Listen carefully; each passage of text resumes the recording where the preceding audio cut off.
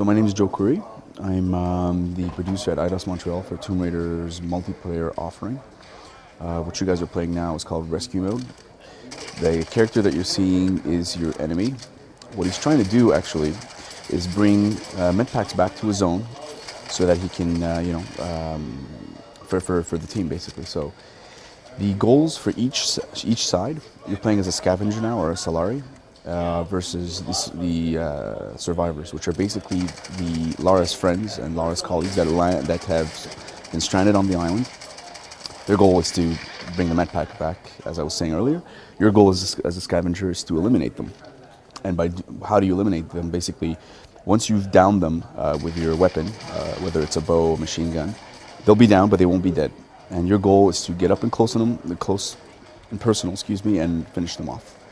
With a nice little swift melee move, and then you get a point. So that's how you score points as a scavenger. The enemy scores points by bringing medpacks back to the zone.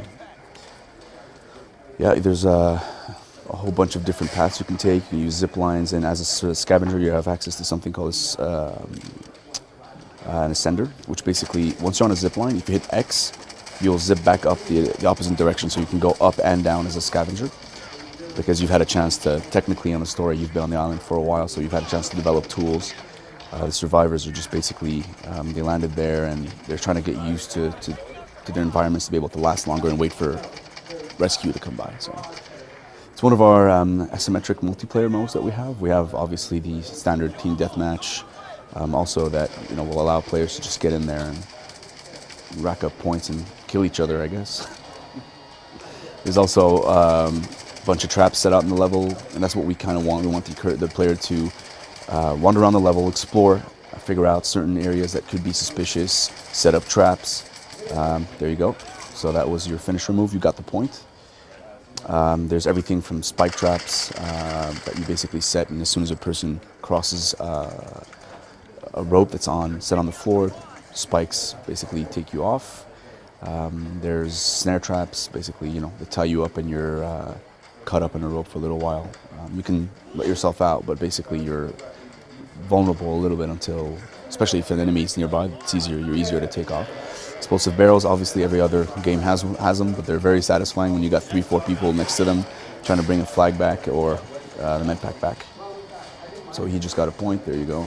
Shotgun, stay away at close range. Every map is unique.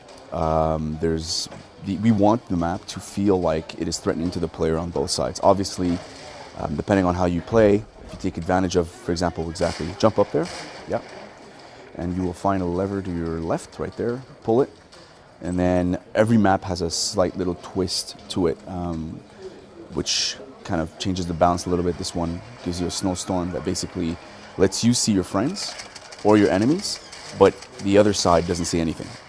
Yeah. So if you know how to balance that advantage a little bit, you can tip the balance on the last kill or the last medpack you need to bring back. So the levels are definitely areas that you might have encountered in single player. They're not one for one. We've definitely built them exclusively for multiplayer. But they're areas that we want to feel like they can be small game changers. You could be in the lead and the player pulls a lever, the wind comes up, and all of a sudden you're lost for a couple of kills and they catch up. We really wanted the environment to be an element of surprise, and also, again, encourage the player to explore to find what that element is. Each one of them is different, so it's not all levers with wings, obviously, like the one you just saw. But they all have something that could be to your advantage or disadvantage, depending on who initiates that game changer, I guess. I mean, basically the abilities are per side. We've wanted to make sure that each side, so the survivors and the scavengers, each have their own set of weapons.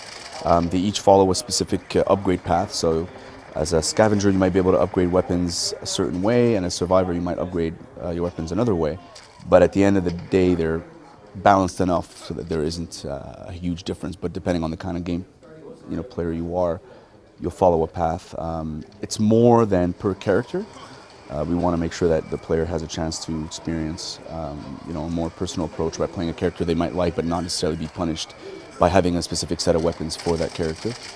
But they're characters that you would have seen in the single-player campaign, characters that were stranded on the island with Lara, at least in terms of the survivors. On the scavenger side, they are the people that are on the island that are basically, settled themselves there and have made their island their home. So their tools are a little bit more. You can, they have an ascender, which basically allows them to zip upwards on a zip line versus survivors that'll zip downwards.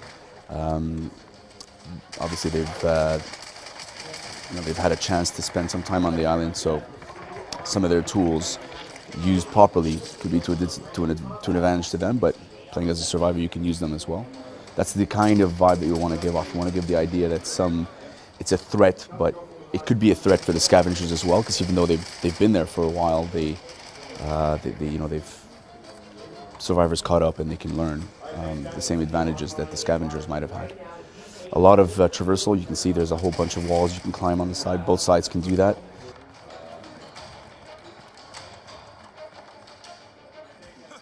Yeah, there's side passageways inside. Watch out. I don't know if there's a spike trap set up here for you. No, but if you want to see one, there's one right there in that hallway. There's a med pack. You want to make sure that you do not cross a line while the trap is set. You see those the blood splatters on the side. That's where the trap would be, but it's not initiated. But if you wanted to initiate it and just have a little bit of a laugh, at least for your enemy, that's the trigger is right to your left, right there. You'd have to drop, yeah, exactly. And then you'll see a rope kind of pull up on the floor. Whoever passes through it first will have a nice little kill.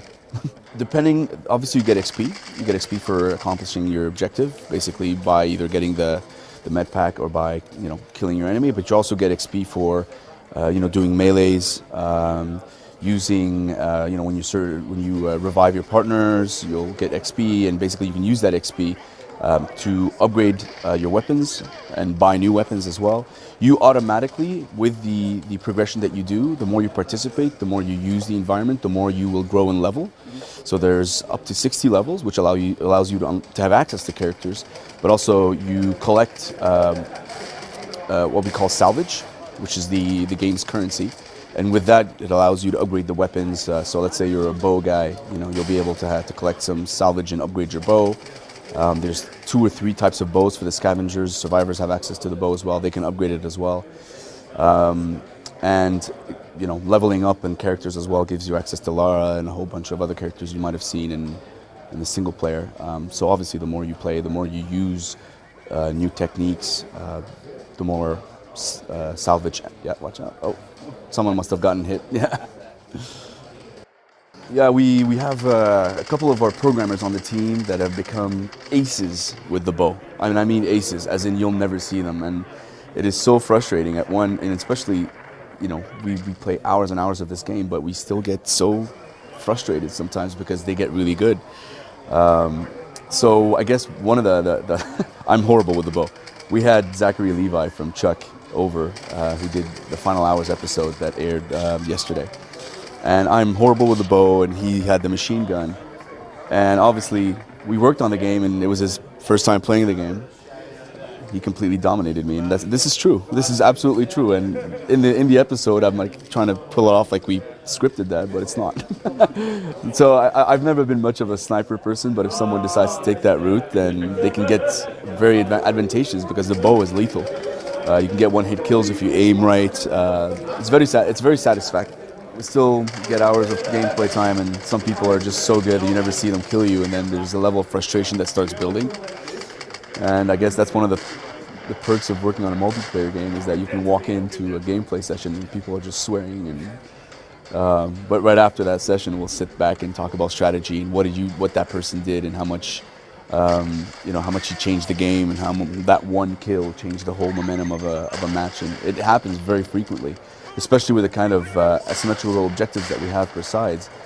Like, you could be, right now you've got two med packs to bring back, and they've got 11. But in the span of, let's say, 5 minutes, they can get another 4 kills, and the game is up in the air again. So there's been a lot of close calls with games that we've had with the team, where we thought, oh, that's it, we're done.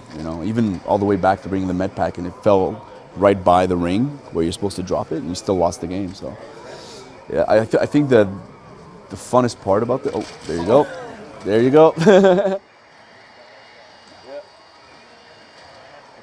You had to, yeah. Hopefully next time it's someone on the opposite team that gets it. But there's a whole bunch of little things like that, and every map has, depending on the layout, has a certain amount of them. Some of them have more environmental centric stuff. We have a map with lightning rods, and they basically, you can set up lightning traps for the player, and every time he gets close to one, he'll get buzzed by lightning because there's a storm going on. Yep, there you go. See that?